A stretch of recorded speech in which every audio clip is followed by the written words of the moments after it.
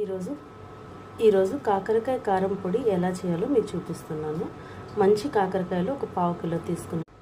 వాటిని ఇలాగ చిన్న చిన్న ముక్కలుగా కట్ చేసుకుంటున్నాను. కట్ చేసుకున్న కాకరకాయలను ఈ విధంగా నూనెలో వేసి ఫ్రై చేసుకోవాలండి.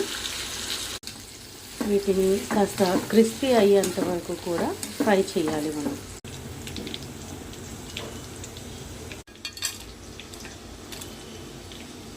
ఇప్పుడు ఇందులోకి గుప్పెడు కరివేపాకు వేస్తున్నాను. కరివేపాకు కూడా బాగా వేయించి ఈ కాకరకాయల్లోకి తీసుకోవాలి. ఈ వేయించిన కరివేపాకుని ఈ విధంగా తీసి ముందుగా వేయించి పెట్టుకున్న కాకరకాయల్లోని వేసుకుందాం. ఇందులో ఆయిల్ కొంచెం తీసేసి మిగిలిన ఆయిల్లోని నేను అంచనా ప్రకారంగా వేస్తున్నానండి.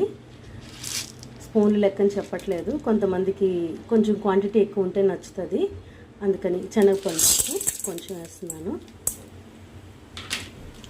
దాంతోపాటుగా మినప్పప్పు కూడా కొంచెం వేసాను. మీరు అంచనా ప్రకారంగా కొంచెం క్వాంటిటీ ఎక్కువ వేసుకున్నా పర్వాలేదండి. మినప్పప్పు శనగపప్పు వల్ల మీకు టేస్ట్ పెరుగుతుంది, మాత్రం ఏం ఇబ్బంది ఉండదండి. ధనియాలు మాత్రం చాలా కొంచెం ధనియాలే వేస్తున్నాను, ఎందుకంటే ధనియాల వల్ల చప్పదనం వస్తుంది, త్వరగా ఈ పొడి పాడయ్యే అవకాశం ఉంటుంది. కాబట్టి ధనియాలు నా పేరుకు మాత్రం కొంచెం వేస్తున్నానండి. జీలకర్ర, ఆవాలు వీటిని బాగా వేయించుకోవాలండి. ఇవి పప్పులు కొత్త రంగు మారేంత వరకు బాగా వేయించాలి. ఇప్పుడు ఇందులోకి కుప్పెడు నువ్వులు కూడా వేస్తున్నానండి. నువ్వులు వేయడం వల్ల టేస్ట్ బాగుంటుంది, స్మెల్ కూడా బాగుంటుంది. కాకరకాయ పొడి తిన్న ఫీలింగ్ మనకు ఉండదండి. కాస్త నువ్వులు కూడా వేసి ఒక 2 నిమిషాలు వేయించాలి. నువ్వులు చిటపట అయ్యేంత వరకు కూడా వేయించాలండి. నేను ఇప్పుడు ఇందులోకి పల్లీలు ముందుగా వేయించి పెట్టుకున్నానండి, అవి వేస్తున్నాను. ఒక 15-20 ఎండుమిర్చి వేస్తున్నాను.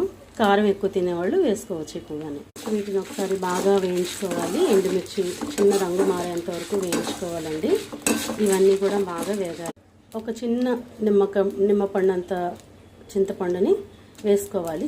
నిమ్మకాయ వేగానే, ఈ చింతపండు వేగానే ఏంటవుతుందంటే కొంచెం పులుపు తగిలి వగరు వాసన ఉండదండి, వగరు స్మెల్ టేస్ట్ ఉండదు. ఇవన్నీ వేగిపోయండి. ఇప్పుడు వీటిని కాసేపు చల్లారబెట్టాలి.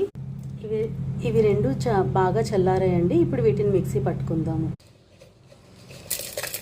ముందుగా ఈ పప్పులను మాత్రమే మిక్సీ పడుతున్నానండి. ఇందులో రుచికి సరిపడా సాల్ట్ వేస్తాను. పప్పులన్నీ ఇలా బరకగా ఆడిన తర్వాత ముందుగా వేయించిన కరివేపాకు, కాకరకాయ వేస్తున్నాను.